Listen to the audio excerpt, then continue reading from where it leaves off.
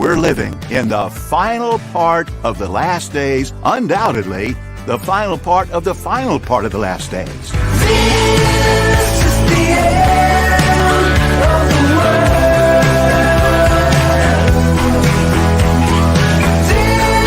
This is the end of the world.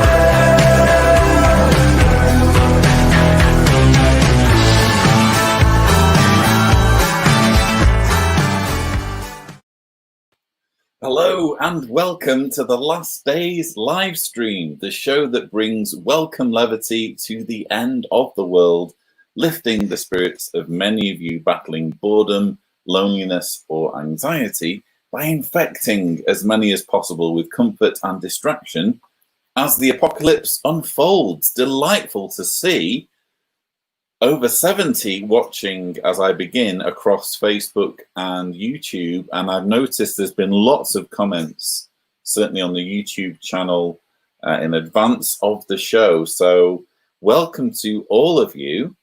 Where do I even begin? Here's an interesting one. Susan Klassen says, hello, Lloyd. Since I started Question Faith very intensively 2 months ago, I found information about John Cedars and you, Lloyd, on other channels. I think AXP means Atheist Experience. I lost faith and won my life. Thanks, Lloyd. Well, that's fantastic. I'm delighted to hear that I've been of some help. But as I do try and say to everybody who says similar things, it was only help. So in other words, the material that I make available and the stuff I do on other channels as well, there are 8.5 million people who are impervious to it at the moment. It took your honesty and bravery to challenge cherished beliefs for you to make that transition. And millions of people don't have that right now. So congratulations to you and well done to you. Yeah, lots of hellos. Annika P says, afternoon, everyone. Devon Phoenix is on as well. Devon sent through a super chat earlier on and was saying, I'm not going to scroll to the comment now, but apparently Devon isn't even an XJW, just finds the whole subject of XJWs fascinating. And I should probably point out, although this show is on an XJW YouTube channel, I do welcome people from all backgrounds. I think it's fascinating when we can kind of come together over this sort of doomsday hysteria that certainly Jehovah's Witnesses seem to have when they look at current events. Beatrice Silveira says, hello, peeps. What animal is that? It looks like some kind of eagle or bird of prey. I've noticed that as you get older, maybe it's just me, but as you get older, one seems to get more interested in birds. So I'm now, whenever I see something in the air, particularly if it's not your kind of standard bird, if it looks like it might be a little bit interesting, I'm like, oh, what's that? And recently I've managed to confirm that the eerie cries that we hear at night sometimes, they sound very wraith-like cries, very haunting. And recently I was able to establish, because I saw one doing it as it flew past, that these were barn owls. So again, not something that you necessarily think about when you're younger. You just don't care, do you? But when you get older, you start to ponder these things. Barn owls, what might they be thinking? So yeah, Gabrielle Spedding sends greetings from Montreal. Lisa Burberry is here. Janice Powell is here. Goose Gillespie claims to be watching from Milwaukee.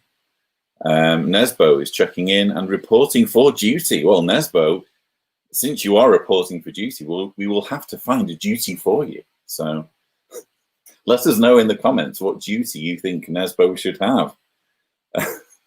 Donna Bain says, good morning from Yonkers, New York, USA, to all the newcomers. Steve Through is saying good morning from Australia, New South Wales.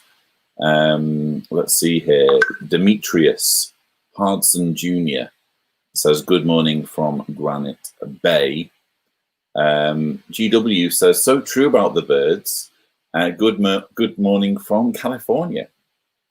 So a nice spread of destinations. Hello, Lloyd from Washington State. This is, I suppose, the live stream that's easier to watch for those of you in America.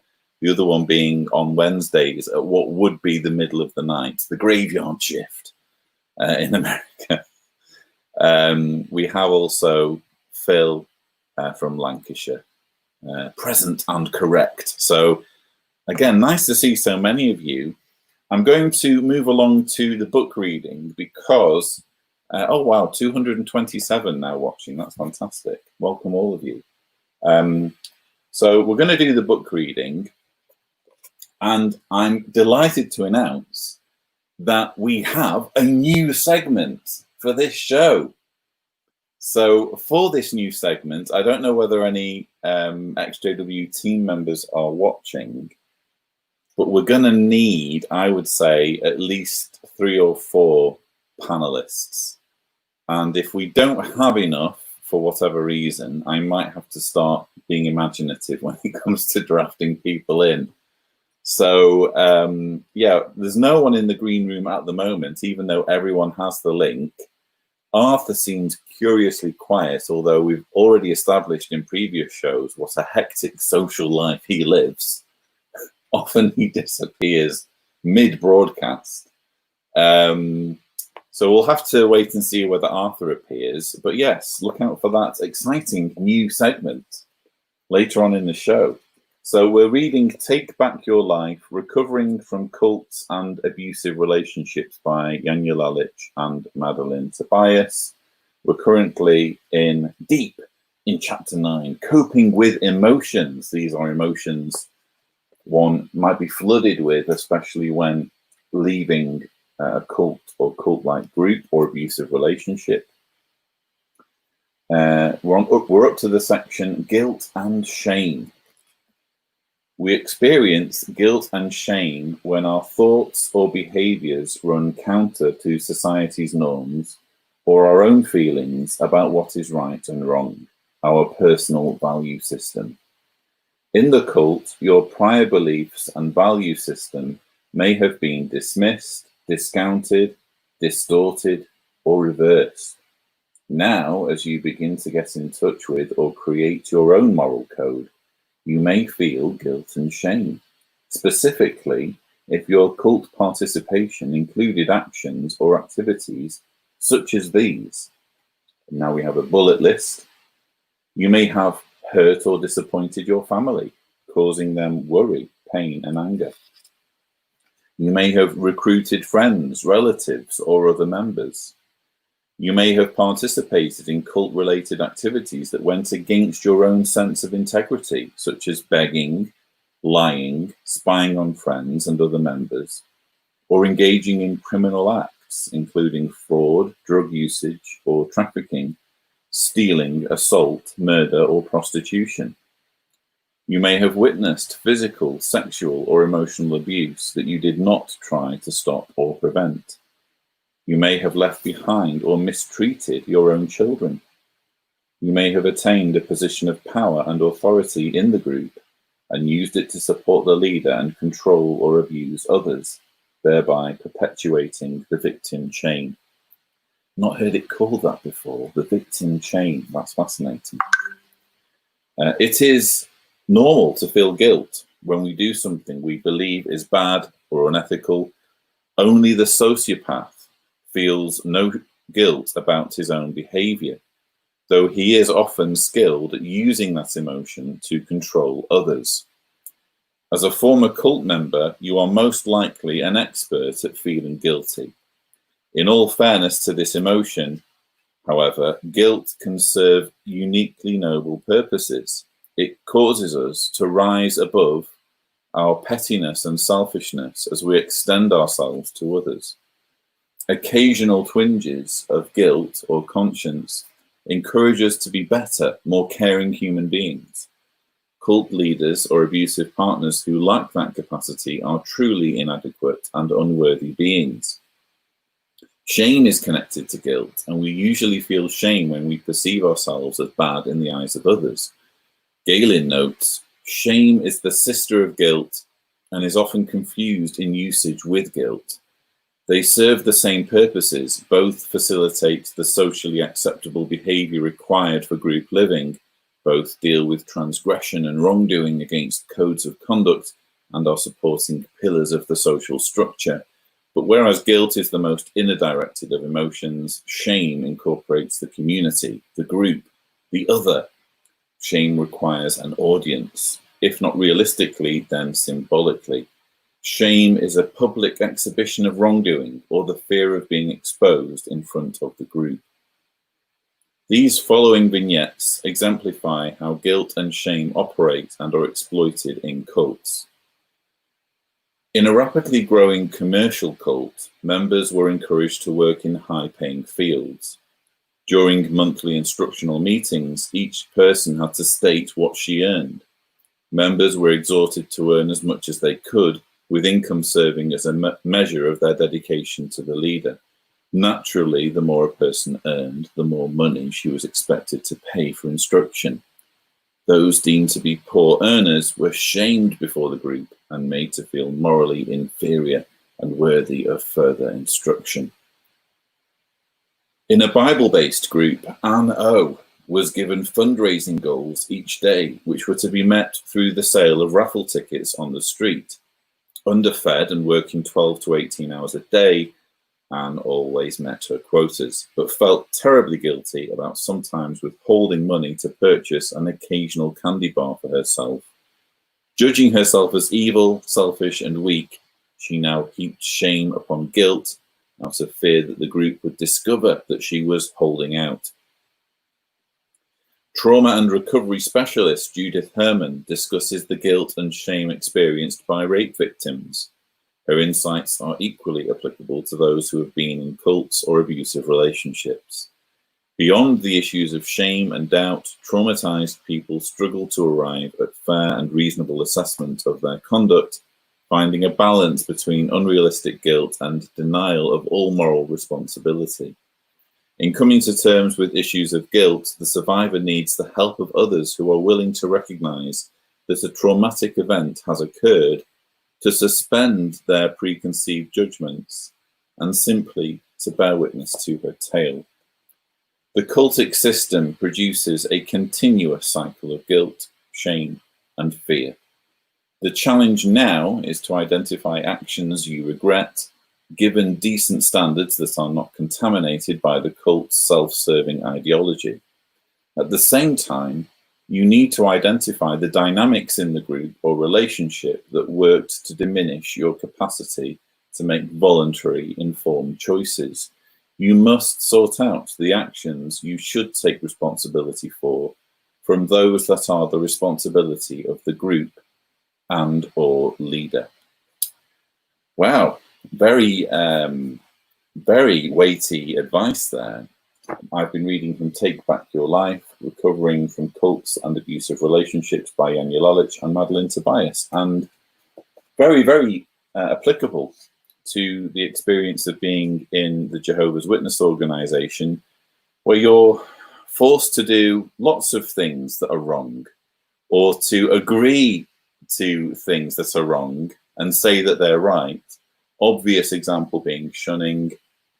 I can imagine I was only an elder for a year, and I feel bad about some of the things I was required to do as an elder, and I wasn't even involved in any judicial committees. You can only imagine how bad you'd feel if you've served as an elder and been responsible for judging others and placing others in situations where they're traumatized by shunning. So definitely applicable, and some good advice there at the end about just trying to mentally partition how much of this can I or should I take responsibility for, and how much of it is really stuff that I was being programmed to do by external forces. Nice to see finally someone pop up in the green room again. I'm anxious for my segment later on to be well supported with panelists. So let's just scroll through some of the comments. Yes, another one. We have a full deck of O'Donnells. That's very good to see. John Lambert says, I need that book. It is a very good book, in fact.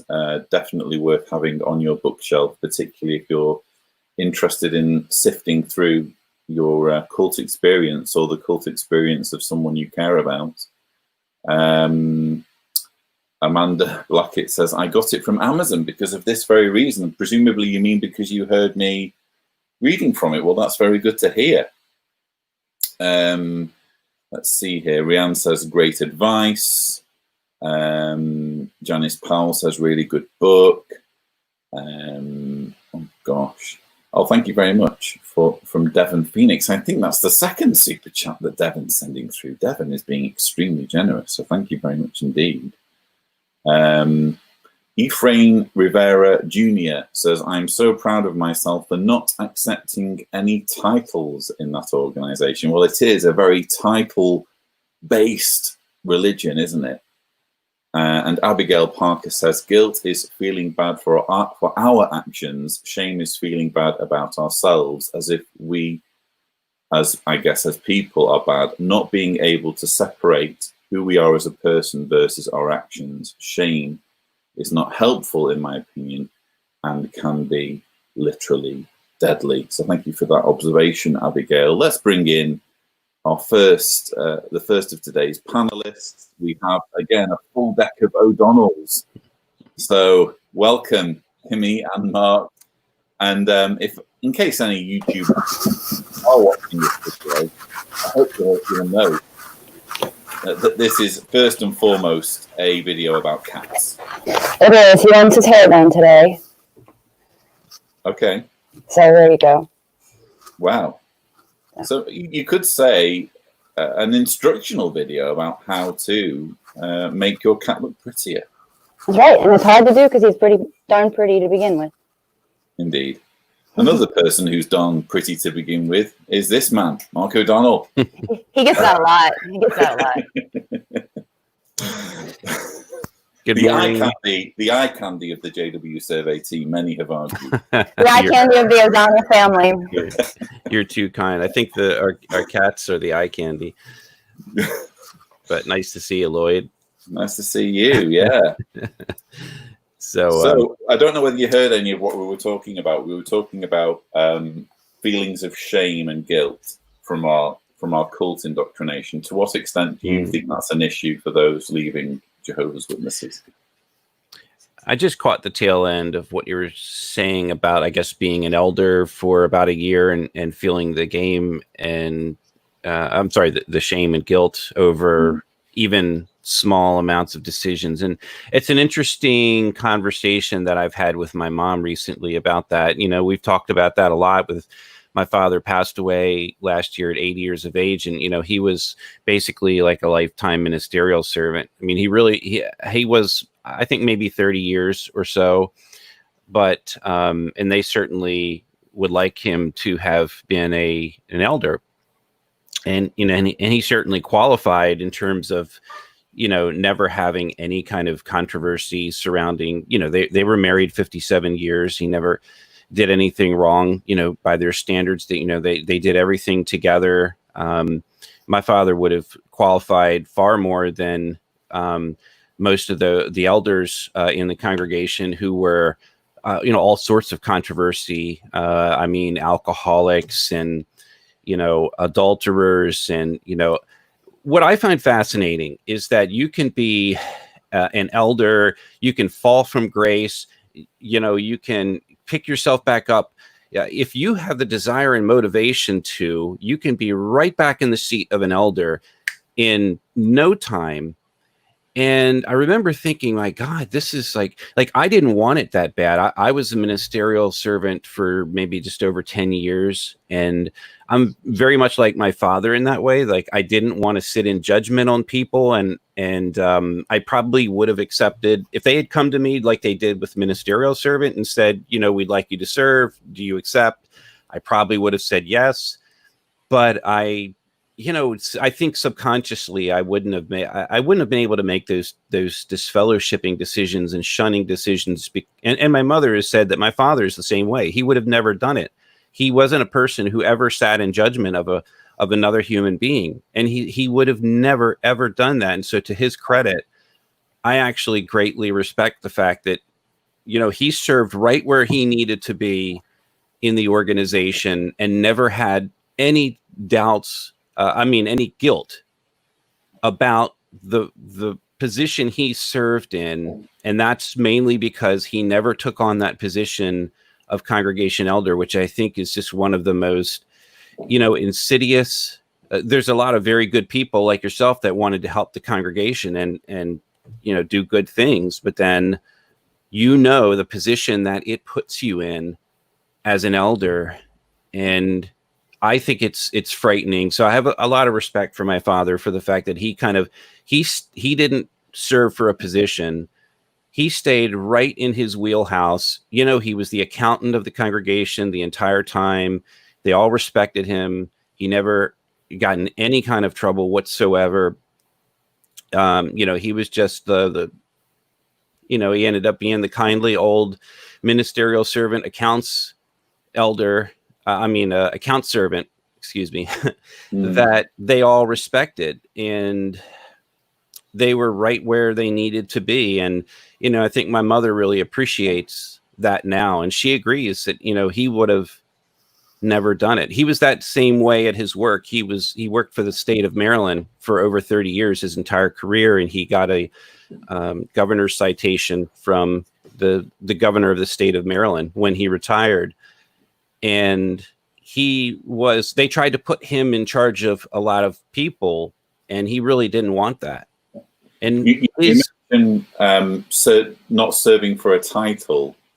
I think if I'm being completely honest, to an extent, I was serving for a title because the organization is very title oriented. Yeah, it's set up that way by design. Yeah, even they can't introduce someone on the platform without saying what title they've got, especially if it's a governing body member or governing body helper. So it's tied to your self-esteem as a brother, as a man. Not just a man, Mark. It used to bother me that after meetings, like people would come up to meet you, like maybe they're visiting, and they would be like, "Hi, I'm Sister Jones. I'm a regular pioneer." Right? It was like part of like our identity.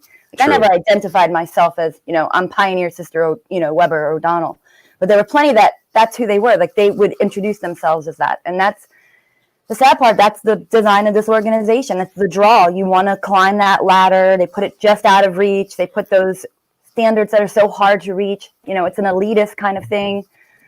Even inside the organization, everyone has the truth and is better. But it's a carrot. Inside, you're better. But, you know, I think when it comes to shame and guilt after leaving, even for those that served with those titles as elder and stuff, you have to forgive yourself. When you understand that was kind of, this is that cult mentality, and, you know, this is what was expected of you. For me, it was always a loyalty thing, right? I did what I thought I was being loyal to God about. So I went through a small phase when I left. I went to a few return visits, a few people I studied with, and I kind of went back to them and said, "Hey, I was wrong. Don't keep having these people come to your home. This is a dangerous organization." And then I kind of had to let myself forgive myself, and I shunned people. You know, I tried not to. I avoided situations where a friend that was disfellowship, their dad died. I avoided going to that funeral because I knew I couldn't shun that person. But there were times, you know, I got counseled once for smiling at a disfellowship person at the meeting. I was told smiling is the start of a conversation, and we wouldn't want to have a conversation. So I got in trouble for smiling at someone. So, but I think that some people do leave and they carry the shame and guilt with them. Some people are ashamed. They don't want to acknowledge that they ever were a witness. Some people feel guilt for things they did as a witness. And you have to forgive yourself because we weren't doing it with a full understanding of what we were doing. We were influenced. Joel Brown says, "My father was a very narcissistic elder and reveled in judicial committees." I'm sure that there are people like that. I'm sure for some elders, it's not purely about living up to expectations. They actually do want that power. I hear that so often, Lloyd, and that's what is so foreign to me because I didn't grow up with that arrogance and that narcissism. You know, my parents were devoted to each other. I'm an only child, and I never felt that kind of you know, like my father was the presiding overseer, and he encouraged me to, take a position and serve the congregation. And it was just a foreign concept to me. Like I was mentioning earlier about the regaining of authority. You can fall very quickly, but these guys that are narcissists and are self-absorbed and they want that title, they can regain that authority so quickly, which I found absolutely fascinating in the case of Roderick Watkins, the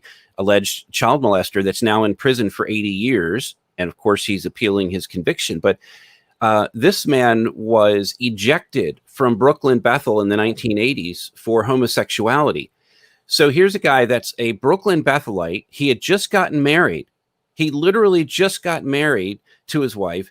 I'm trying to think of her name, Becky. And so he has these homosexual experiences in Bethel, and they eject him. He winds up going back to Shelby, North Carolina for a while, living with some relatives.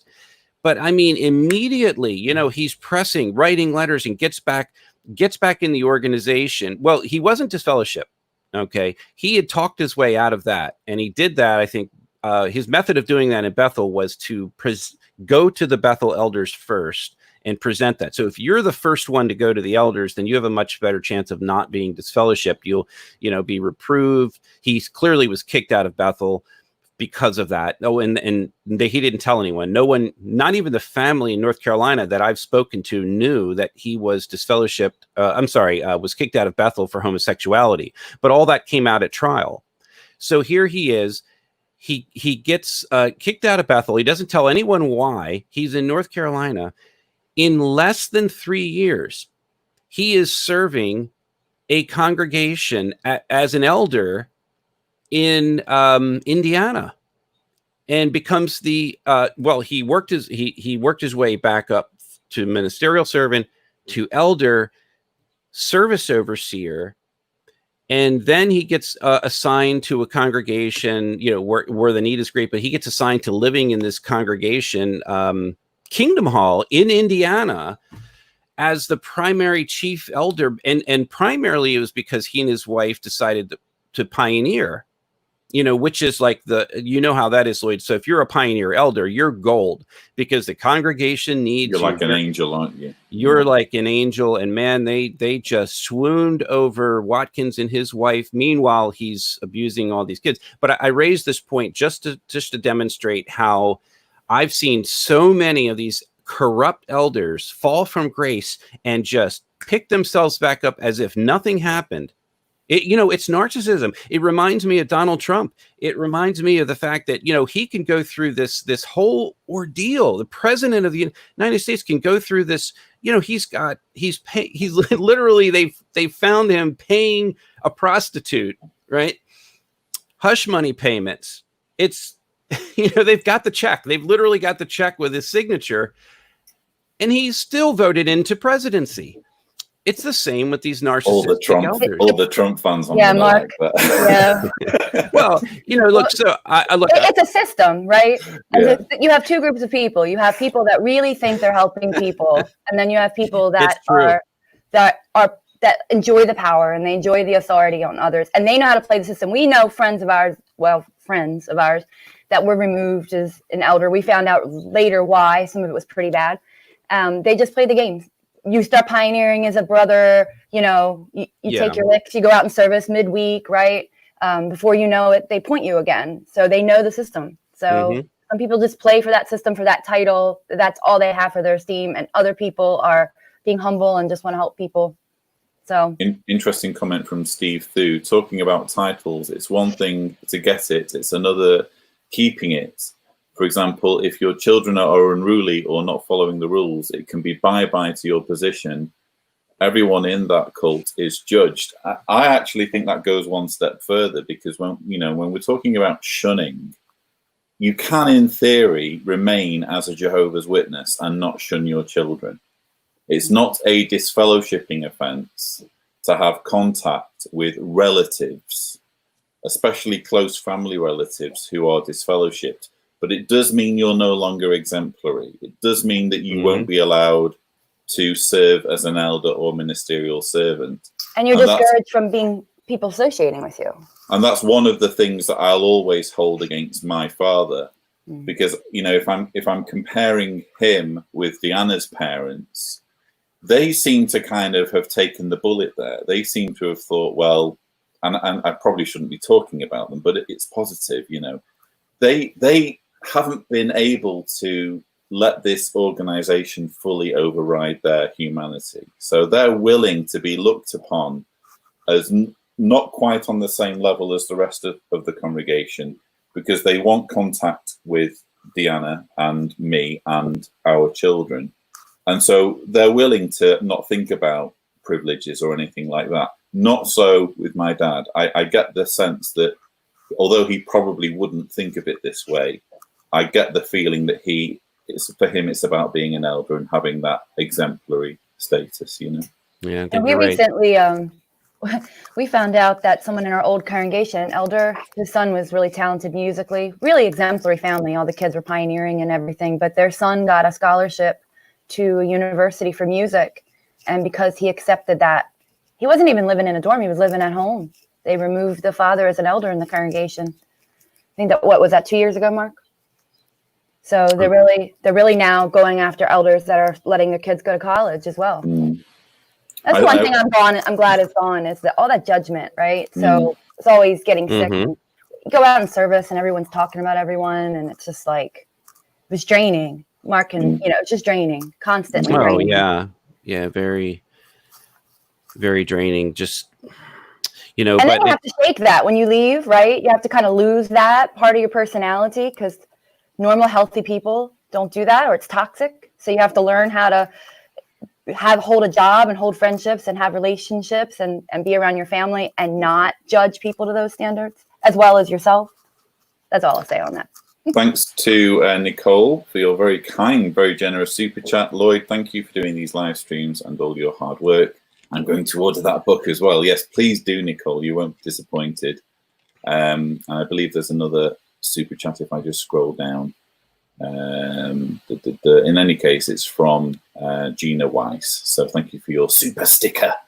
All very helpful, because quite frankly, I've noticed I'm giving up now on future live streams being monetized. So it really is more just to keep this sense of community going, because we started out as the coronavirus lockdown live stream. We've given the show a more generic title to embrace the fact that there's lots of things happening, not just coronavirus, but it does seem to be becoming more of an issue now, doesn't it? Because there's this huge second spike here in Croatia, which I've been talking about. And actually, when you look at what's happening in America, you guys, as I was tweeting the other day, you basically never got out of your first spike. It's really picking up again, isn't it? It is. I just read a news article. The European Union is about to, in July, start allowing people to fly into the country. However, they have banned countries such as the United States. So you may not be able to go to Ireland anytime soon, Mark.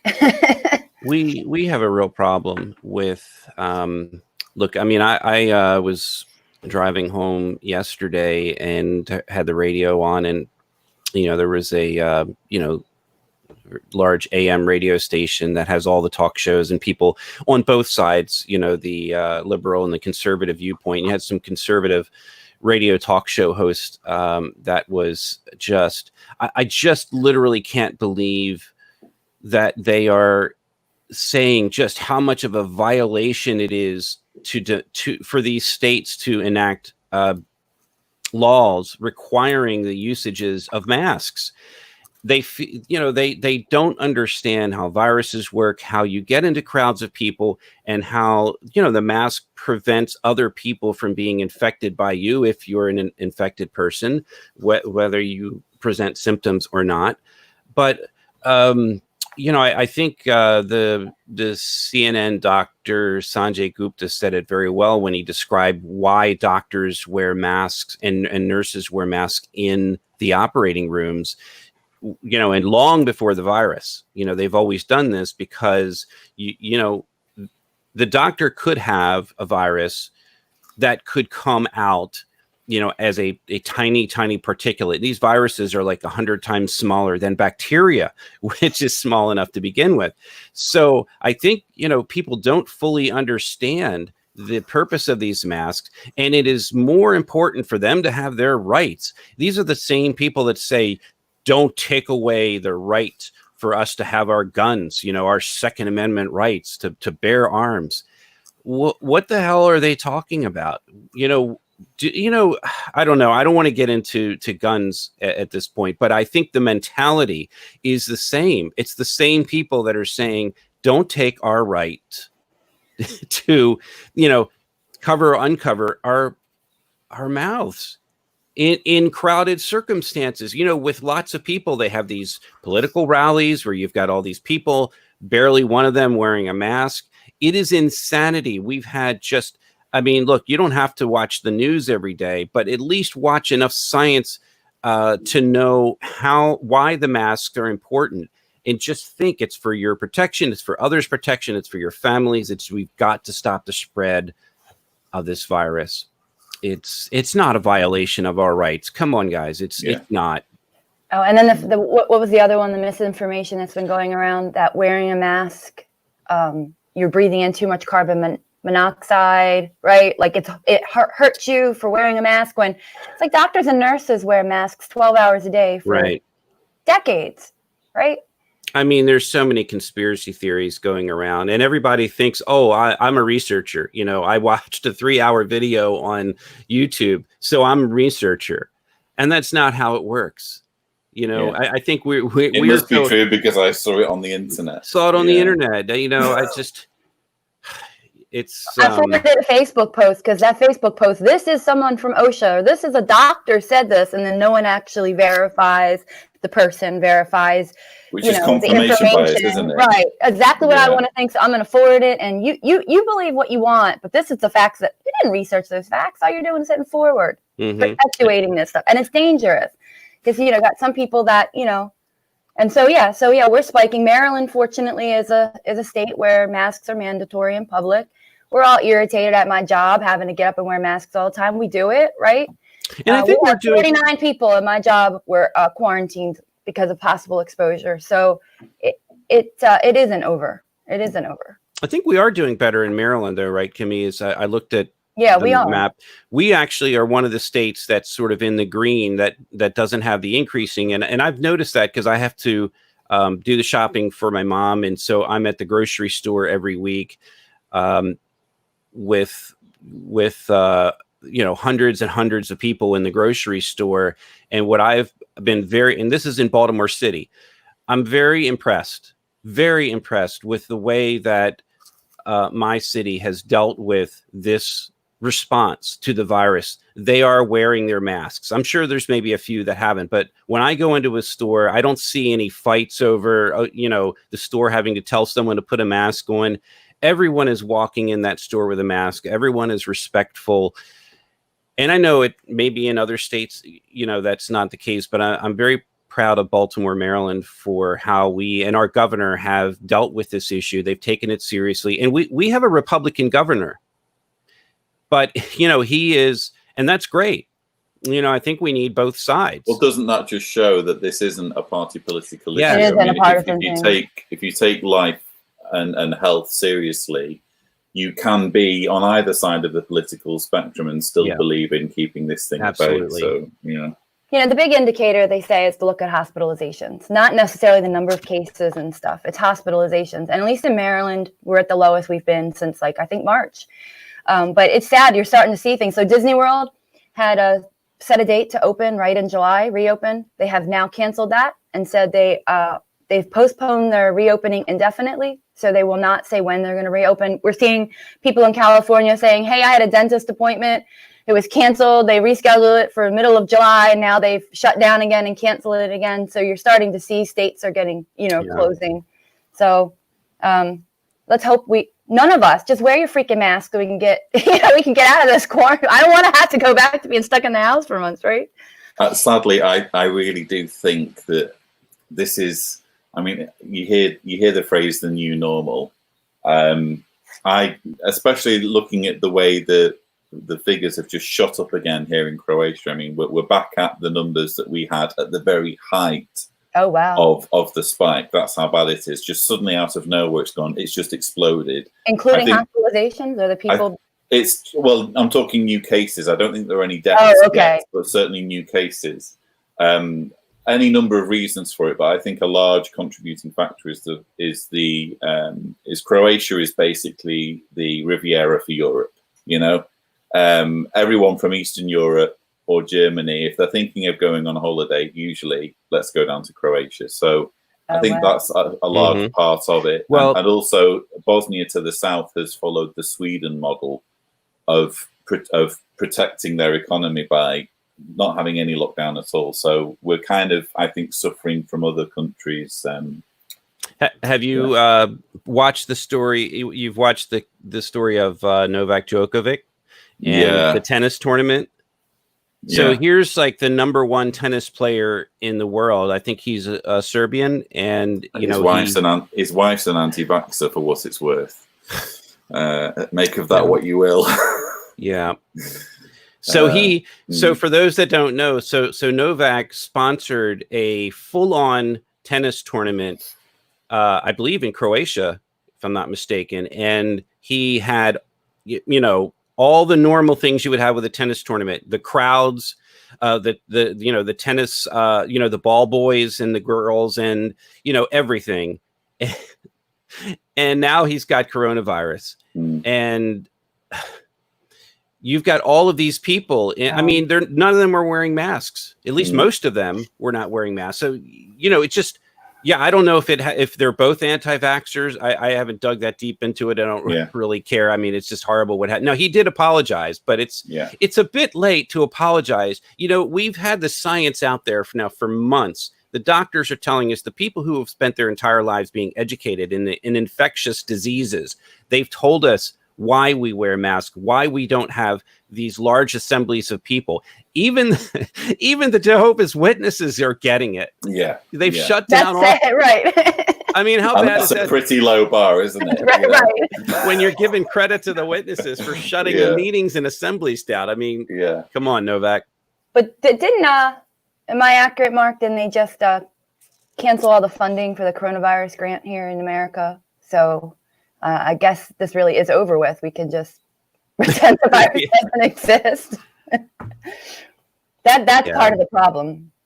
We've had Anna Twink saying, please ask Kimmy to do more live streams. We love her. So I think, Kimmy, well, the door is always open. I think a lot of it is just purely down to the time zones, isn't it? So the Saturday one is easier. Yeah, 3:30 in the morning on Wednesday is hard. So and we've also had super chats through from Rianne, Wiesya, Compia, and Chief 89. So thank you so much for those. Now, as regards my new segment, which I mentioned earlier, I can reveal that it is a quiz. It's the last day's quiz. But I do need a sufficient number of panelists. And where is Arthur? Well, Arthur is actually on his way. Where's Brandon? Is he on his sent bicycle? me a message. Come on, Brandon. Yeah, basically, if you're watching this and you're on the JWsurvey team and you're thinking, can I be bothered? Yes, please come on, because it's going to be fun. I might have network connectivity issues doing that. Arthur's on his way. And I've also put a link on the Patreon Discord server, just in case any patrons fancy coming to the rescue. But I understand it won't be for everyone, because quite a number of my patrons need to kind of stay incognito. Another super chat through from Akim Walmer Schauser. I've never been a witness, but my mother and I studied the Paradise book with two JW ladies in the late 80s. Glad that I never joined, but I'm still interested in learning about them from a distance. When you say the Paradise book, do you mean the one, the artwork of which forms our backdrop? Because that was quite I think he means you can live forever in paradise on earth. Okay, yeah. That's the one I studied. Yeah, because that would have been around 1983 or so. Correct. And I remember studying that book, Lloyd. It was funny because, I was raised as a witness by my mom. But that book spent so much time like breaking down other religions, right? That it was like boring. So then after that, I think wasn't a knowledge book after that, where kind of then condensed and it stripped all that, and they said, well, we'll just present the truth, and the truth will speak for it. The truth will speak for itself. Well, actually, yeah, you were supposed to study both books back then. So you were supposed to study the Live Forever book, and then your Bible students would progress to the knowledge book. No, it was before the knowledge book. There was a blue book.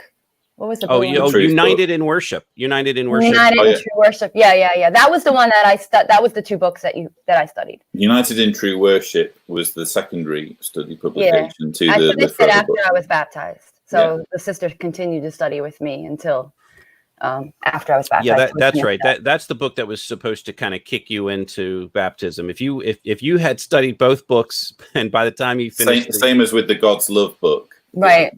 God's Love book today, which goes into all the fine print about masturbation and shunning people and that kind of thing. Yeah. But the knowledge book was the one that was the 6 months book, right? That was my friend Lewis studied, and he became a witness in 6 months and was on the assembly part, the platform. So that was the knowledge book, and then we had the brochure for those 15-minute doorstep studies. Oh my goodness. Yeah, and there was that one that had one chapter on blood. I lost 2 or 3 studies in 1 month because they read ahead, and they said, I'm sorry, I can't refuse blood, to my child and let them die. So we'll just stop studying right here and right now. Joanna Rowland, who's one of my patrons, says, thanks, Lloyd, Mark and Kimmy. I finally made another. It's not the lockdown live stream anymore, Joanna. It's the last days live stream. We need to get our branding on point. But you're forgiven. I studied the Paradise Book 2 and the Truth Book. Gosh, you see, Truth Book is serious veteran stuff, because the Truth Book came out in 1968. Yeah, and my mother loved that book. And that was in place, I think, right through to the 1980s when the Live Forever book started being used. That's right. Yeah. That's right. Yeah, up until about 83. Yeah. Well, thank you, Johanna, for that.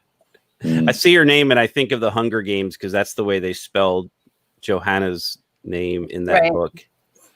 And I like. You don't have to apologize. I was just mocking you, lightly. Yeah. But no, thank you so much for that, Joanna.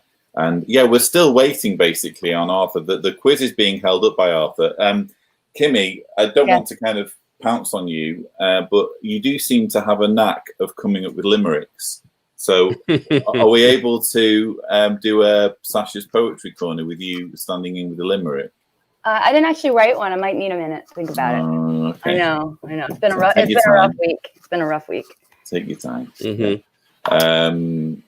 Arthur hitting the Macallan with Tony Morris. I don't know whether Tony Morris is in Romania, but you've put forward that conspiracy theory, and I'm welcome to see evidence if anyone happens to be in Arthur's hometown and sees him. I would like to take a bet on how long it will take before we see Arthur's dog urinate on today's broadcast. Yeah, Arthur's dog is usually either looking like it's dead or straining to urinate somewhere. Yeah, that seems to be the two phases in which Arthur's dog exists. So yeah, it just made me think though, when you talked about Tony Morris and traveling, obviously these guys are on full lockdown in Warwick right now. They already led a sedentary lifestyle, except for the fact that they get put on a plane every month and they go all around the world, especially during the summer season, or of course, even in our winter season down in Australia, because they have a lot of their assemblies later in the year, which is their summer.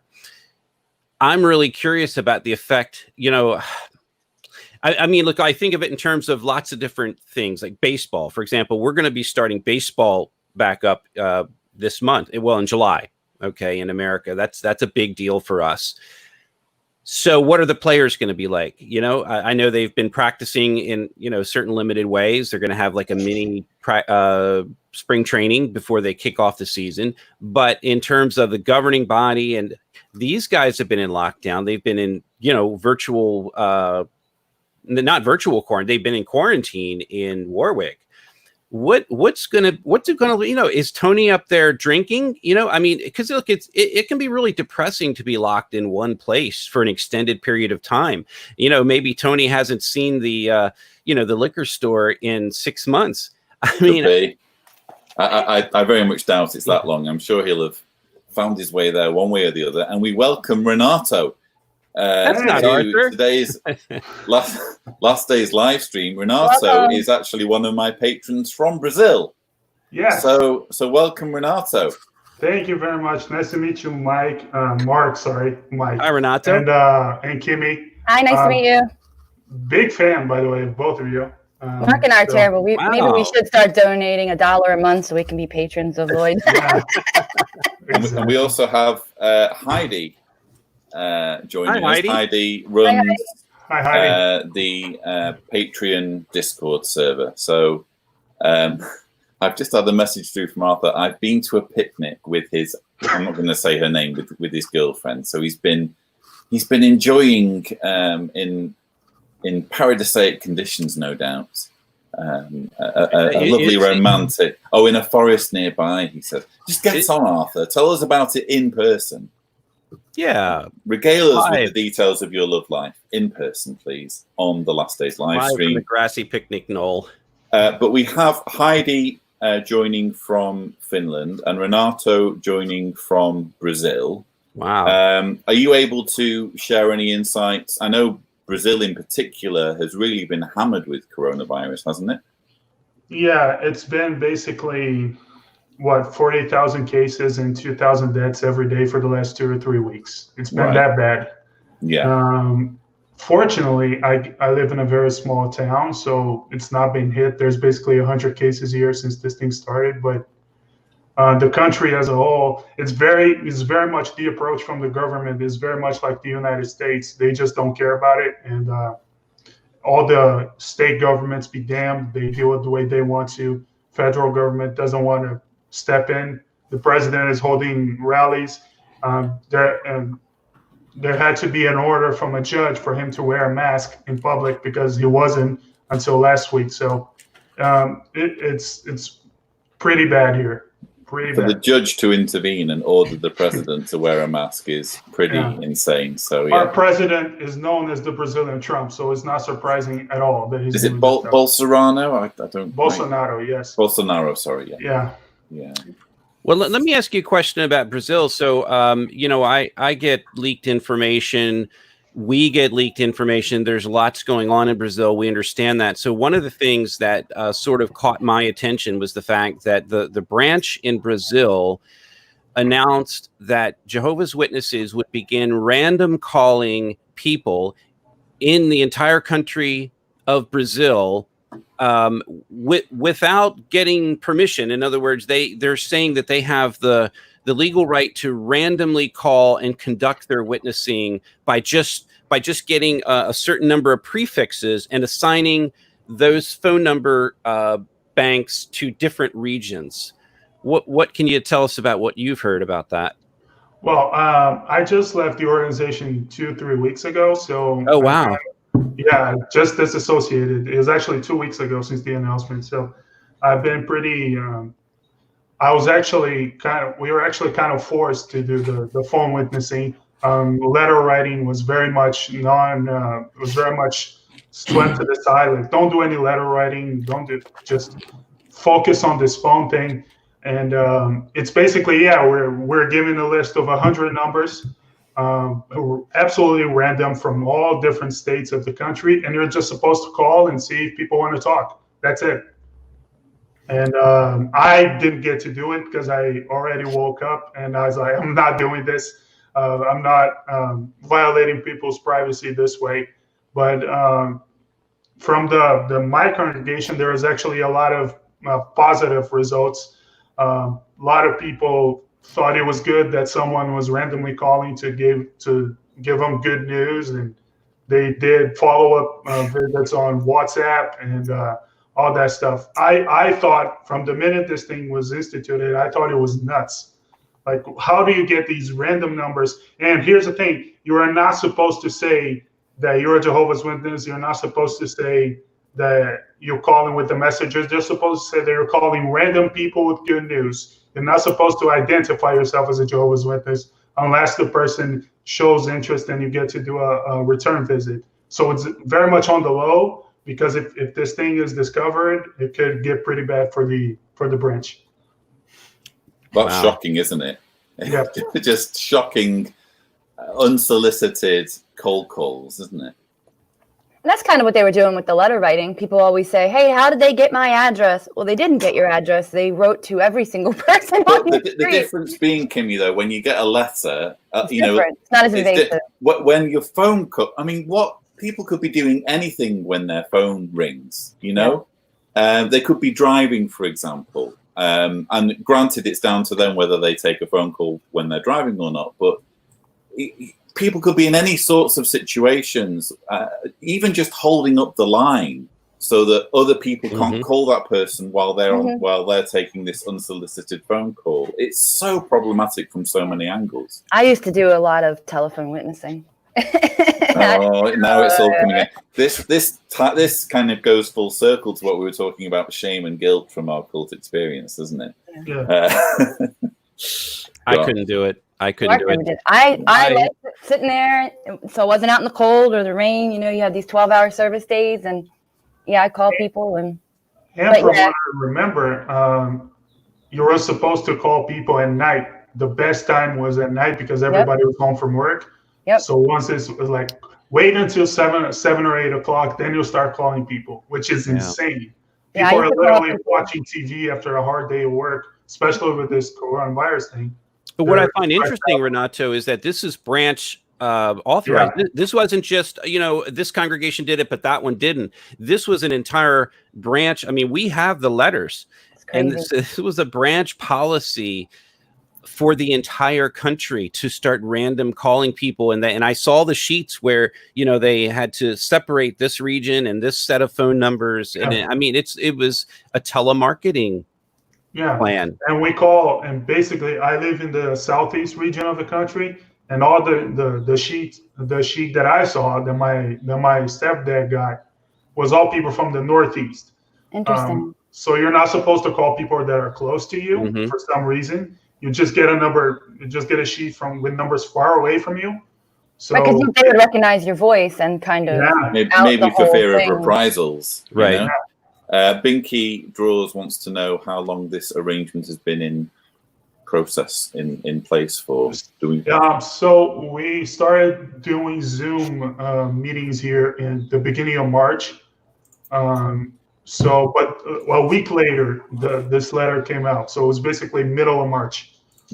But as for regular telephone witnessing, I mean, I did that way back in the late 80s, early 90s when I first, So, I mean, that's been, it was always those 5, you know how they used to have at least in America, they used to have all the suggested types of witnessing, right? You had your door-to-door and you had your return visits. You had telephone, letter writing, business territory, street work. And finally, here he is, Hello, fresh from his romantic picnic date with his girlfriend, who shall remain unnamed. How many drinks, Arthur? What are the lurid details? No, I'm not talking about my private issues on air. Okay. Well, no, you told me you'd gone for a picnic, and we're all just interested. We just wanted to know how many drinks you had. You have a lot of admirers on the show. No. Inquiring minds want to know. Yes, of course. Okay. But anyway, no, you don't have to share anything. Anyway, I'm excited because I finally can do my quiz. So, cool. I don't know if what I suggest is that Mark and Kimmy form a team. Okay. Because what I'd like to do is have regular quiz teams. So I've already decided that we have a team called Team O'Donnell. So Mark and Kimmy, you can team up. And I've already decided that the other team is going to be called Arthur's Knights. So Heidi and Renato, congratulations. You are the very first of Arthur's Knights. Did I get a shirt? And, Knights of the rectangular table.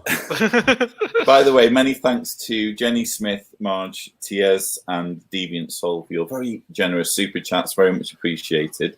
However, now we must go to our brand new segment. It's time for the last day's quiz. As one brother put it, stay alive to 75.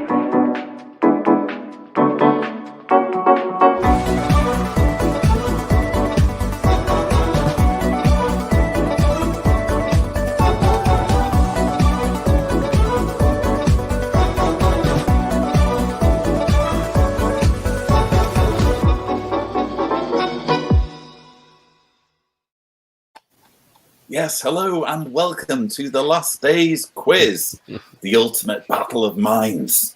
As two teams of today's panelists face off against each other to prove their knowledge of this show and Jehovah's Witness Doomsday Dogma. Now, again, we've divided the teams already. We have Mark and Kimmy forming Team O'Donnell.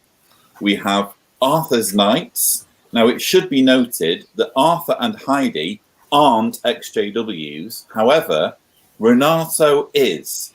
Now, that's significant because one of the rounds, there are 4 rounds of questions that I've devised, and one of these rounds is somewhat dependent on you having experience as an XJW. So for one round, Arthur, you're going to be leaning on Renato, okay? Unless you are really more knowledgeable than I suspected. Sorry, go on. No, I'm just saying, poor Arthur. He's going to rely on me. No. The game's Don't over. be so bashful. Congrats. Not all of us can have Mark O'Donnell on their team. Yeah, exactly. Not fair. So, I have Not no fair. idea. I don't know what this is all about. This is all new to me. so there are 4 rounds. You're going to find out, Mark, as I explain the competition in more detail. Testimony trivia. It's not necessarily trivia, though. Okay. Again, this is a battle of wits. So there are 4 rounds. The first round is called They Wouldn't Write That, based on a similar quiz that I once did on the JW podcast. Basically, there's one question for each team, and you have to spot which statement wasn't in the publications. Okay? Okay. The second round is Songs of Doom. This is where Renato will come in handy for Arthur's Knights. You have to complete the lyric for a Kingdom song. So I feed you the first part. I sang in Portuguese. How am I going to complete this? Renato, let's not get bogged down by the minutiae. Okay. I want to win. I'm competitive. That's why I'm complaining. Okay. Poor the third- Arthur. The third, Arthur's brainy enough. He'll overcome. Yeah. Never underestimate Arthur. Okay? Yeah, when it comes to singing, Arthur's got it. So okay. The third round. I dumped all of that. A So bright I don't know mind. what. The third round is out of context, and you will have to tell me which live stream panelists said certain words that I'm going to give you in our previous episodes, where I've plucked some quotes from the previous episode, and I'm going to read the quote to you, and you've got to tell me who said it. And the final round, which I'm very much looking forward to, is called Apocalypse Delayed. And you have to, I'm going to give you a quote from the literature regarding Armageddon, or the nearness of Armageddon, and you've got to tell me in what year it was printed. And I'm going to give you 3 options, and you've got to identify which of those years it was. So this is exciting. Very much so. Yeah. I can feel the power of this new rollers. Feels like you've worked on this thing for like a month. It's so easy. Just this morning, in fact. But yeah, I'm hoping some of the work I've done is transferable to future shows. Well, So then let's- Lloyd has Yeah. had the entire day to hype himself up for this one. Yeah, I'm pouncing on you. Can we do a coin toss to decide who goes first? Because that will kind of dictate the order of the questions. Does Who's got anyone a have a coin? Mark, anyone? Yeah, here we go. All right. Let's see. So- Look at this. I have Queen Elizabeth, and this Those is are the best coins. Oh, Those this are the is- best coins. Wait a minute. Is this a Canadian coin? It's $2, but it's got Queen Elizabeth. As long as it's got Her Majesty on it, that's fine. No, I guess that's Arthur, Queen Jezebel. It's Queen Jezebel. Arthur, do you want heads or tails? I want heads. Okay, All right. Arthur's chosen heads. What is that? Oh gosh. I don't know if that's heads or tails. It says $2, and it is As long as that's it's not tails. got a head- It's tails. Tail. So tails. So Team O'Donnell O'Donnell, goes The first. Redwoods go first. Okay. So listen, and I want to make it very clear, although it may be tempting to Google this or do a quick check on Watchtower Library, please refrain from doing that. And also please ignore the live chat as well, because we want this to be a fair competition. Okay. Yeah, Okay. I'm going to give you three statements. You need to identify which one is false or fake. Oh, and can we talk to each other? You can confer between the two of you, yeah. Between the I'll two of us? WhatsApp Mark. I'll WhatsApp you. Well, we can talk out loud, No, right? you can talk openly. Oh, we can talk openly. Because we're not competing against those guys for this question. Is that right? Yeah. They Oh, yeah. Okay. I thought it was the same question for both. Yeah, Okay, we're no. cool. Right. Okay. All right. Okay. I got the rules. I got I'm it. going to read you three statements. Statement A. Someone asked me the other day, suppose you should be here in 1925. What would you do? I said, I believe I will be home in the Pleiades before then. Statement B. Today, reports show that demons sexually harass some and drive others to insanity. They incite still others to murder and suicide, which are sins against God. Statement C. Our precious sister, reflecting on her decades of loyal service, concluded, I don't regret a single thing. If I had the choice, I would use my life up serving Jehovah all over again. Which one of those is fake? Is this a trick question? One of those is fake. You have to tell me which. Well, the second one sounds real, Mark. The third one sounds real. Could you read them again? Because I wasn't sure what we were getting into. Okay, one more time. Okay. Statement A. Someone asked me the other day, suppose you should be here in 1925, what would you do? I said, I believe I will be home in the Pleiades before then. Statement B. Today, reports show that demons sexually harass some and drive others to insanity. They incite still others to murder and suicide, which are sins against God. And statement C. Our precious sister, reflecting on her decades of loyal service, concluded, I don't regret a single thing. If I had the choice, I would use my life up serving Jehovah all over again. Well, to me, B sounds very accurate. Yes, I've heard that statement. Yeah. And yeah, I have, and C sounds very much Watchtower written-ish. Right, but Yeah. we could be writing in that style because I do know what was it in the 1910s they talked about going to Pleiades. So, right? well, so I don't know if I think maybe he's trying to trick us with the chronology in statement A because we'll go with A. 1925. I think that may have happened before the statement about the Pleiades, and I could be wrong about that. I'm going to have to press you for an answer. So, what do you think, Kimmy? A? Sure, we'll just go with A. We're going to go with A. The fake statement was statement C. That's what I was saying. I should have pushed. Wow, Statement A A was and B. accurate. Statement A was from the Watchtower, November 1st, 1920, and statement B was from the Knowledge Book, 1995, Yeah, I recognize that. which we were talking Good about one. earlier. Good one, Lloyd. Yeah, because Rote C is something you would absolutely hear someone say. You know, which is why he wrote it that way. Yeah. So After the first round, Team O'Donnell are on 0 points. Goose egg. I like Arthur, that. You That have was a good, chance. You have a chance to leapfrog Team O'Donnell. Arthur's nice. So I'm going to give you three statements. You have to tell me which one is fake. Yes. Statement A. Let's go. Evidently, a large number of those slain by Jehovah will be outwardly faithful Christians who have fallen into Satan's snare of secret sin. Statement B. Thinking people would rather have smallpox than vaccination. Thinking people would rather have smallpox than vaccination. The practice of vaccination is a crime, an outrage, and a delusion. And statement C. Doubtless, the Almighty God will use some highly scientific means, whether including antimatter or not, to dispose of the surplus of decaying bodies in a speedy and sanitary way. So which of those three statements are fake? Whoa. What do you guys think? B, definitely not. Because that smallpox and vaccination, that rings a bell to that early Golden Age articles.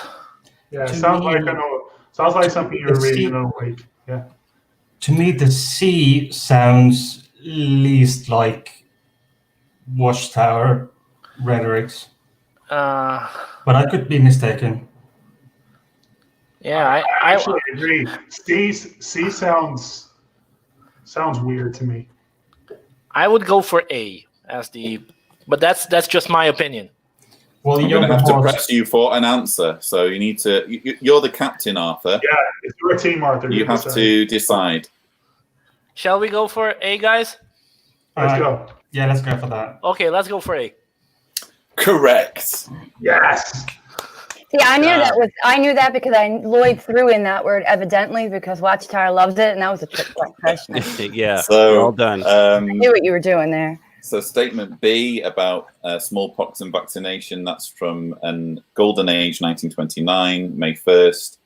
And statement C about antimatter decaying bodies is from the book The Nation Shall Know That I Am Jehovah, Yeah, 1972. 1971. Studied that as a 1971. kid. Had to sit 71, through yeah. that. Are you reading that stuff, Arthur? Arthur, Sorry, It are looks you like he's reading reading, things? Lloyd, right? No There can cheating, be no Arthur. cheating. Let me see your hands. You can watch his eyes. He needs no, a pair I of really, I'm not. handcuffs. I'm only teasing you, Arthur. Okay, we'll move. Amid suspicion of foul play, we'll move swiftly on to the second round, which is Songs of Doom. A reminder that Team O'Donnell are on 0 points and Arthur's Knights are on 5 points. This round gives you an opportunity to win 3 points for each correctly completed song lyric. We begin with Team O'Donnell. You have to complete this lyric. This is Jehovah's day. His rule is here to stay. So you say complete that sentence? Yeah. This is Jehovah's day. His rule is here to stay. I really, considering I was, I dumped all that stuff out of my brain, so I'm not sure. I don't know, Mark. Hope to come back. Maybe we can come back to that one. Nope, you can't. Those are the rules. Can I phone a friend? No, what happens is answering can be forfeited, so the other team get a chance at answering it and collecting the points if you can't. What are you doing, Arthur? Looking it up. Being shifty. Yeah, his eyes are Arthur, don't be shifty. I don't think he Arthur. deserves a chance. Let me see those hands. He's reading He his needs screen. to close his eyes. He's reading his screen. Yeah, this is Jehovah's Day. His rule, Jehovah's Day. his rule is here to stay. I don't remember, Mark. Yeah, the songs are pretty embedded in my mind, but the second line on that one's not hitting me. That's a good thing. Shall I put you out of your misery? Yeah, The please. answer is he's laid in Zion his chief cornerstone. Cornerstone. Yeah. Okay. Gee, that's going to be stuck in my head. Thanks. For Okay, so we move on to That's an we're going to go awkward line. backwards and forwards.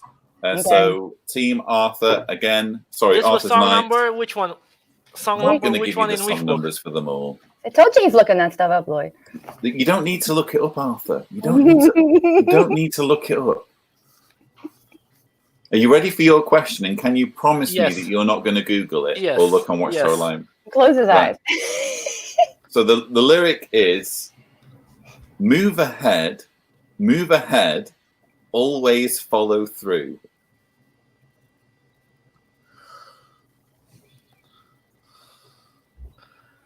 I'm not familiar with Kingdom songs in English.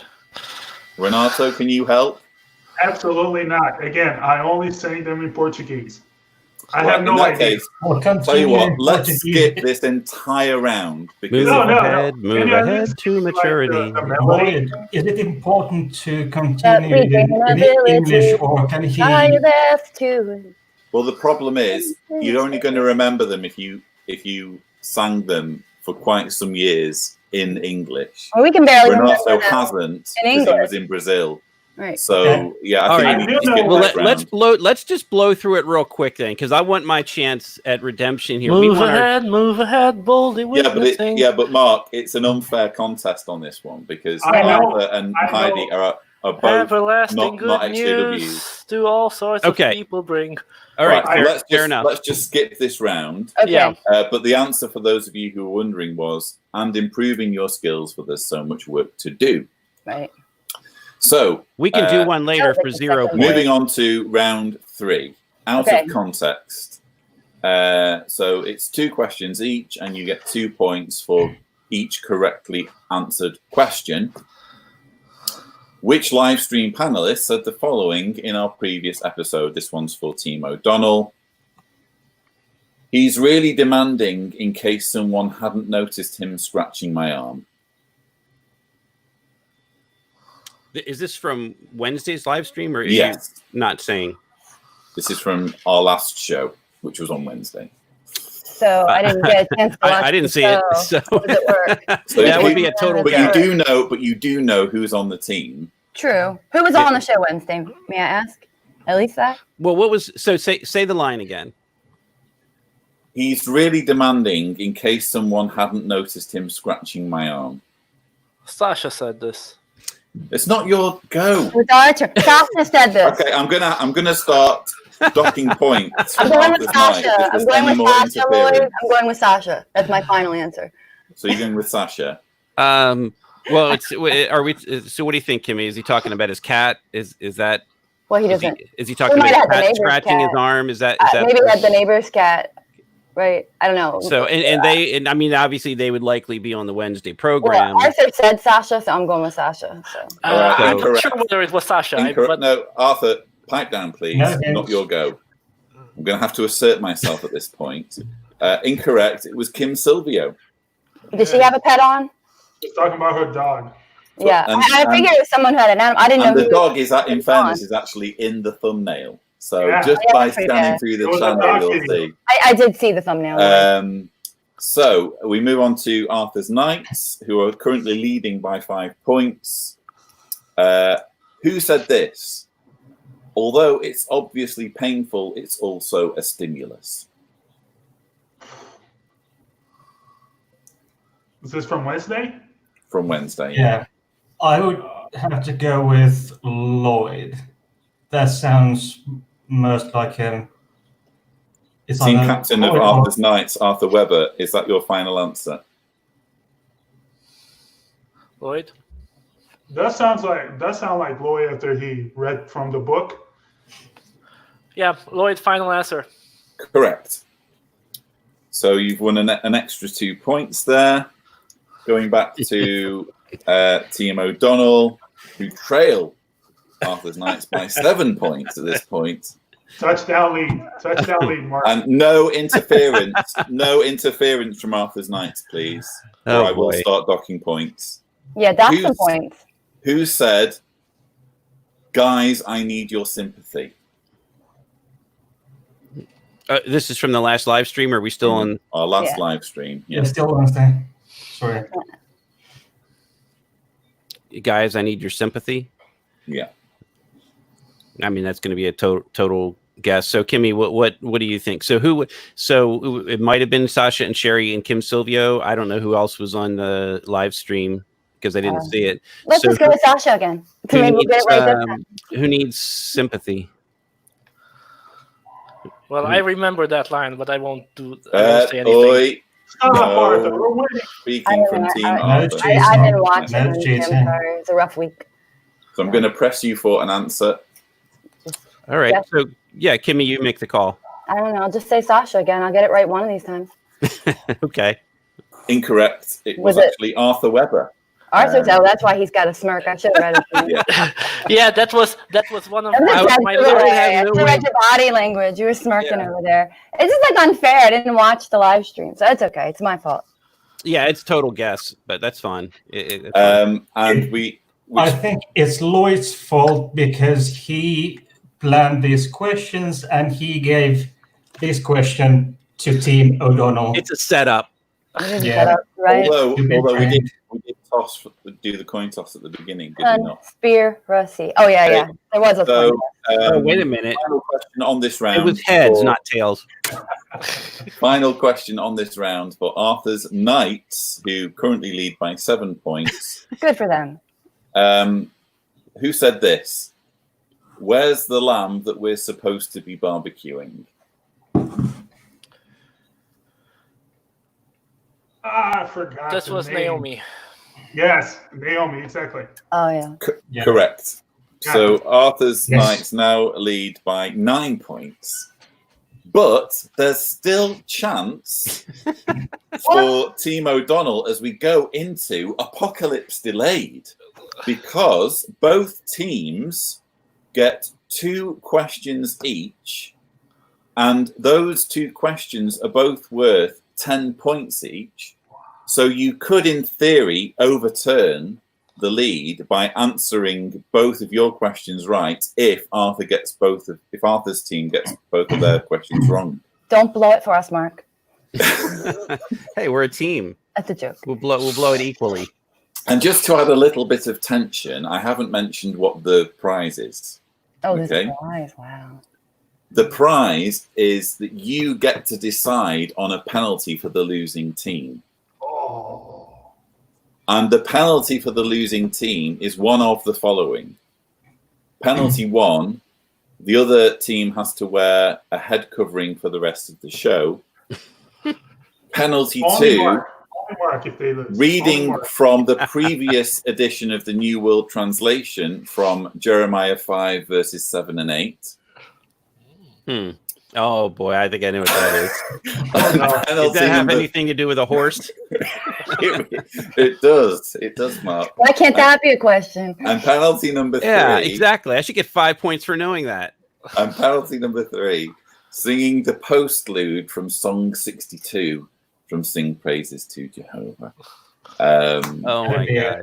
god. So Okay. the other team, the winning team, gets to decide which of those penalties will be applied to the Fair losing enough. team. So we now start the final round, Apocalypse Delayed, and it's Team O'Donnell going first. In which year was the following statement about Armageddon printed? Quote, "The return of the dead is imminent." Was it A, 1972, B, 1998, or C, 1924? The return of the dead is imminent. Okay, and what are the years again? The years are 1972, 1998, and 1924.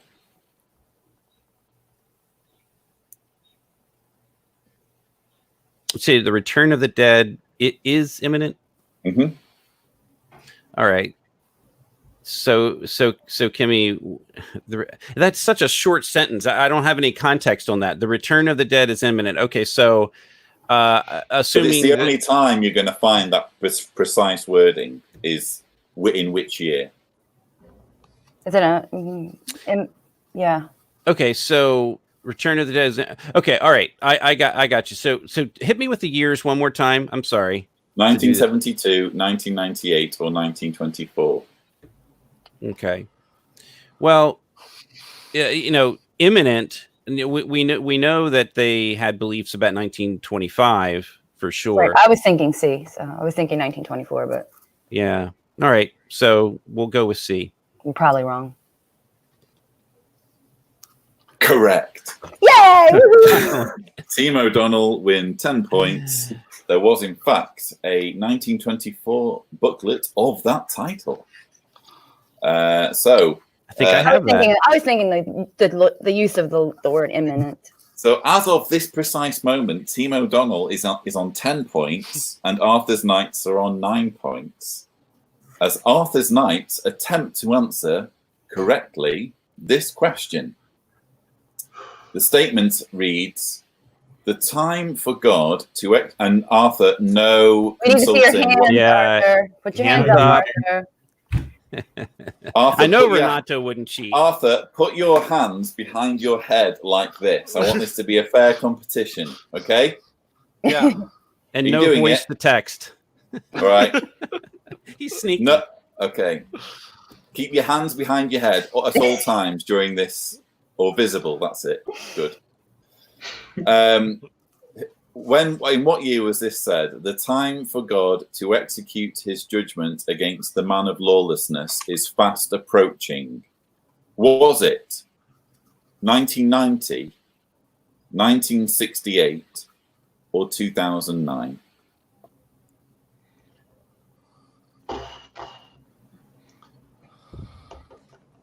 I don't think it's 2009 because We're of relying the on you right now. wording. It sounds like something published earlier than that. Man of lawlessness. I'm going 1990. Man of Arthur, lawlessness. is that final? 1990? No, it's just me. 1990. So, read the statement again. One second. So the time has The approached. time for God to execute his judgment against the man of lawlessness is fast approaching. Was it 1990, 1968, or 2009?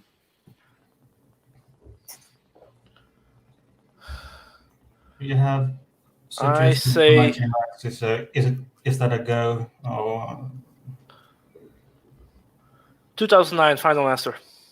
okay, there we You go. should have gone with Renato. It was, in fact, 1990. Ah, sorry. So, Yeah, there was a lot of talk about the man of lawlessness back Yeah, I in the 80s remember and that. 90s. it 80s and was 90s, yeah. the... I did actually originally have the actual place In written down. but it future indicated it was episodes, Lloyd, 1990. In future episodes, you should do like they did in what was is it like Family Feud, where they don't get the answer, then the other team gets a chance to answer it correctly and win a You point just or want to whatever. maximize your Just points. because you're ahead. That might now be your you come with ambition. suggestions. I get it. Now that you're ahead, you I come think it would with- be a fun idea to because it works for both sides. Because the We other are- team might be like, I've got the answer, and then they at least get a point credit for it.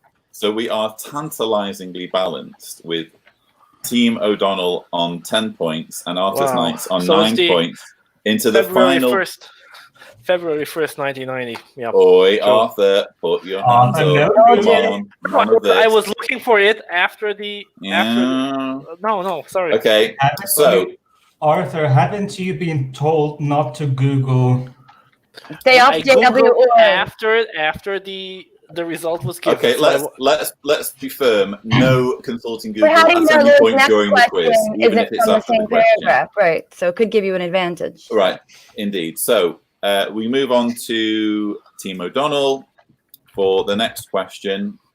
Same applies. Please don't consult Google or watch the live chat. The statement reads, and it's a long statement. Some have been with the organization for 6 months, others for a year, when soon we hear them complain and begin to say, nothing is happening. I thought you said Armageddon was just a little way off. Why, I have known about this for a whole year now, and Armageddon has not come yet. Do you think I am going to stick with this organization all my life? Was that printed in 1953, 1963, or 1973?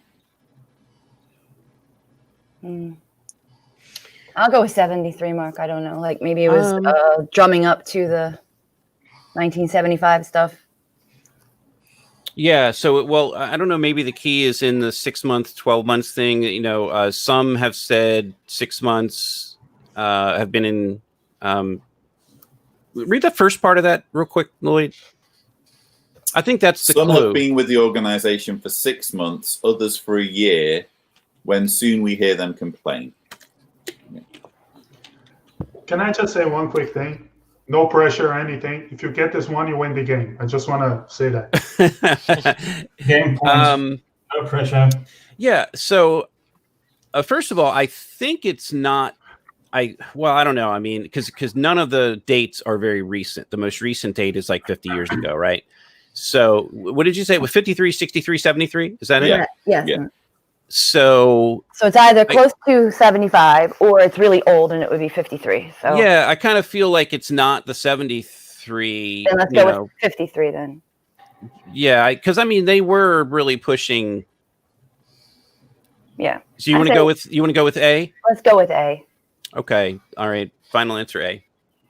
Correct. You win the competition. There was So it was punishment. 1953. Specifically, it was the Watchtower of 1953, December 15th. Yeah, that's And a I good th- one, Lloyd. Because I think you're trying to get in our heads, like, would they have said that back in 1953? Considering, you know, you're trying to I'm throw not- us the bone I'm there not- with. No, I'm not. The There's no 70s. strategy going on. I've literally just combed through and found statements of an apocalyptic nature Mhm. and assigned 2 fake years so that you have to decide which one. Well, but So- it is a good idea to choose 73 because that's right before 75, right? But the interesting thing about the competition is it makes you understand just how long this has been going on for. Yeah, that's you a know? good point. That's the whole point. We of also this have the sign. second question, Lloyd. Okay, calm down, Arthur. Yeah, and let's do the But you bonus still- music No, we question lost for already. 0 But you points. lost ours. Arthur, you will need to put your hands behind your neck.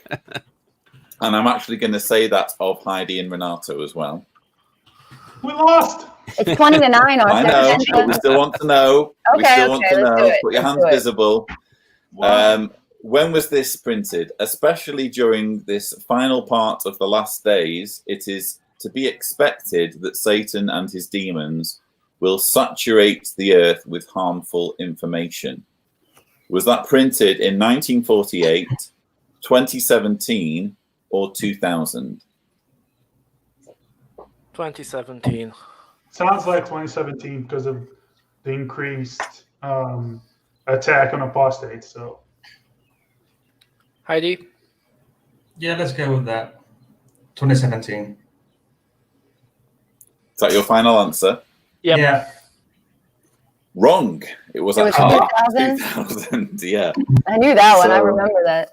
Which Team year was O'Donnell it? win by 20 points to 9 points. So Thank you. Uh, quite Which was the one astonishing that- to see the turnaround there. I want to. Yeah. Which year was it?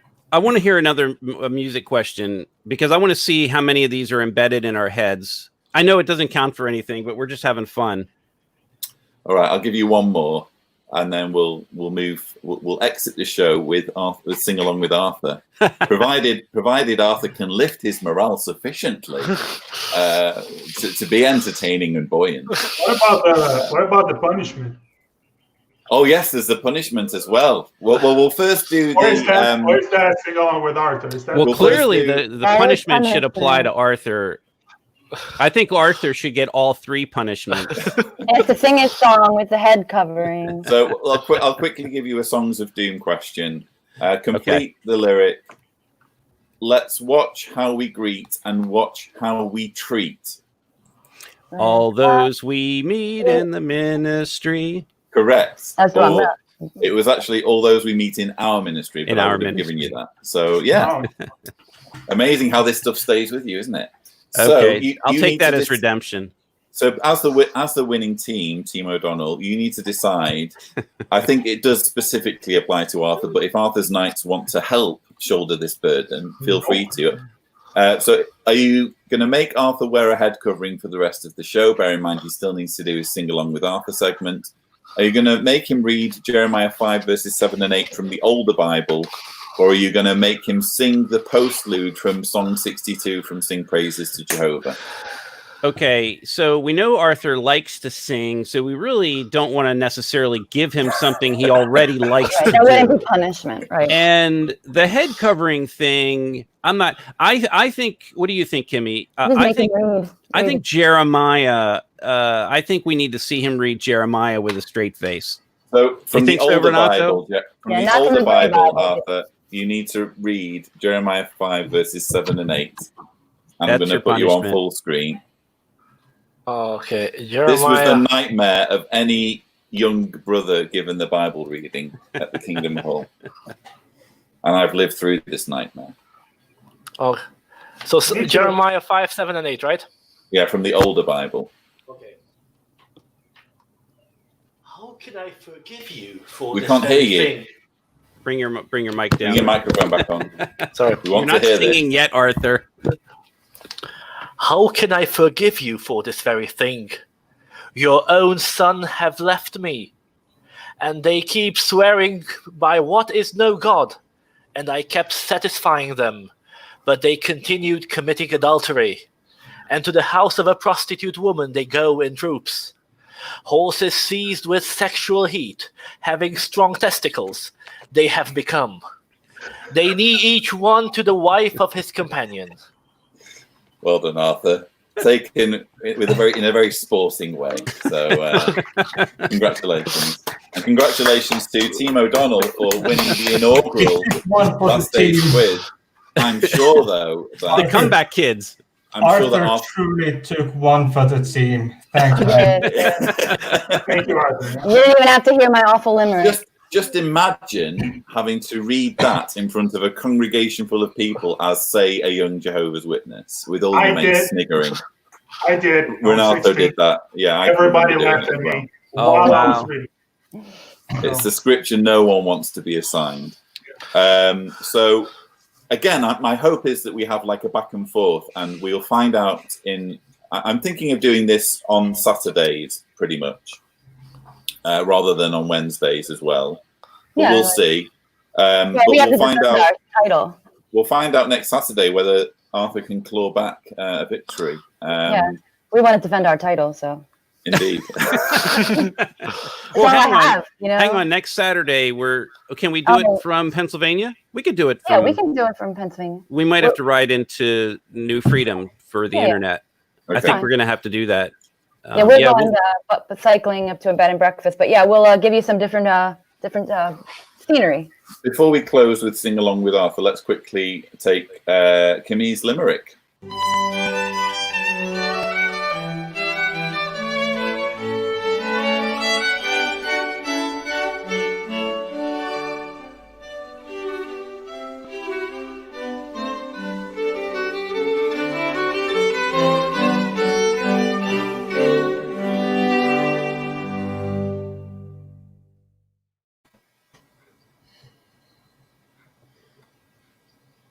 Can you guys hear me? Yeah. Okay. Yes. There once was a lockdown live stream that supported us all while quarantined, but now it has changed. Well, just rearranged. The last days is the new dream theme. Oh, very clever. Yeah. I very much Oh, appreciate 30 that. seconds of effort. Nice. You're welcome. You're welcome. Excellent. Wow. And that moves us swiftly on because the show has been delayed, unfortunately, for reasons surrounding Arthur's social arrangements. So we now move on swiftly to Sing Along with Arthur.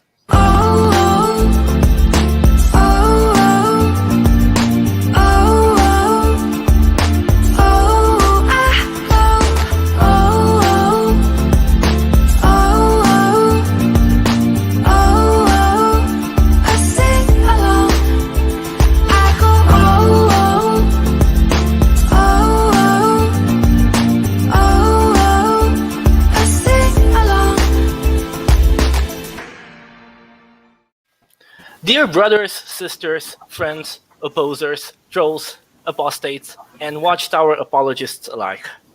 Even though this show is about levity, distraction, and spiritually upbuilding wholesome entertainment based in part on scriptural principles, sometimes it must address serious topics. Why? Because by means of theocratic direction, the faithful and discreet slave kindly reminds us of our needs, wants, and desires. Thus, Brother Lloyd Evans, as the coordinator of the body of panelists, has duly appointed me to handle this segment as a local needs part, and I humbly submit Oh it gosh, to my this stomach's hurting now. direction of the Spirit. The scriptures assure us that Jehovah is fully aware of our needs. Where do we find that assurance? Well, open the Bible with me to Luke chapter 12, and let's read together verses 29 and 30. The gospel writer quotes Jesus' words there. That's Luke That 12, doesn't sing along. 29 and 30. He does like this preamble. What are you So gonna sing? stop Or seeking what you will eat and what you will drink, and stop being in anxious suspense, for all these are the things that the nations of the world are eagerly pursuing, but your Father knows you need these things. What is Jesus Amen. referring to? Apparently, what you will eat and what you will drink refer to all of our basic needs. And the conclusion of verse 30 confirms that your Father knows you need these things. Are you counting this time? Jehovah is indeed aware of our needs. How does he react to this awareness? He provides. The psalmist's words reflect this loving and caring attitude of our Arthur. Heavenly Father. What is Let's happening? remind ourselves what David wrote in the opening words of Psalm 23. And read this in our very own Bibles. Where's the Psalm singing? 23, verse 1. Arthur, where's the singing? please? Jehovah is my shepherd. I He's will definitely lack counting his nothing. time. Thus Jehovah satisfies all our needs. What can we conclude from this short discussion? What summarizes perfectly our needs? It's Jehovah. We need Jehovah. So let's feel compelled in our spirits to praise our sovereign Lord and tell him, "You're the one that I want." Oh no! Oh, he did come all on, that. man. He did all that just to introduce the song "You're the One That I Want." Yeah, he Oh. did. You Do should we have to have give him a audio? time limit from now on, Lloyd. He gets 30-second preamble. Okay, sorry. And he doesn't even have it queued up. Hang on, he does. I just need to reach it. Just hang on a second. Okay. Oh, there's a. There are ads here. Okay. Do we have audio? I have audio, yeah. Unfortunately, No, yes. not this one. Hey, sorry. Oh, good grief. It's even got imagined No, by it's John Brought to Lennon. you by Nesquik. It skipped, unfortunately, to With the all other. natural ingredients. Less quickly. Thank you all for joining This episode of the last insane- day's live stream was not brought Hey, to you by Nesquik. Can I sorry. just make that very clear? Hey, You're But if they want to sponsor it, you're You're open to worried it. the video wouldn't get monetized, Lloyd. Oh, here we go. I think it's All got the right. right one now. Welcome to the dead stream. okay, no, 1 second, because I lost track of it. Yes. But at least we got your long preamble. I was born in sin and suffering. Beyond the grave, there was no hope. Till I studied with the J-Dubs. It was edifying. Better dress up, 'cause I need to preach. The good news has to fill the land. Better dress up, go from door to door. Householders must understand that Jehovah, he has got a loving hand. You're the one that I want. Oh, Jehovah, the one that I want. Jesus Christ, the one that I want. Faithful slave, the one I need. Oh, yes, indeed.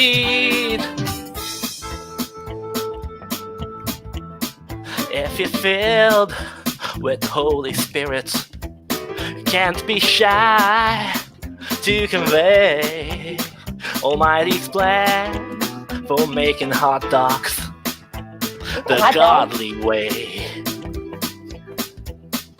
Better donate, 'cause they want my cash, so that needs are satisfied. Put in all my time if I'm gonna prove that my faith is justified. Are you sure? Yes, I'm sure down deep inside. You're the one that I want. Oh, Jehovah, the one that I want. Jesus Christ, the one that I want. Faithful slave, the one I need. Oh, yes, indeed. You're the one that I want. Oh, Jehovah, the one that I want. Jesus Christ, the one that I want. The faithful slave, the ones I need. Oh, yes, indeed. You're the one that I want. Oh, Jehovah, the one that I want. Everybody, Jesus Christ, the one that I want.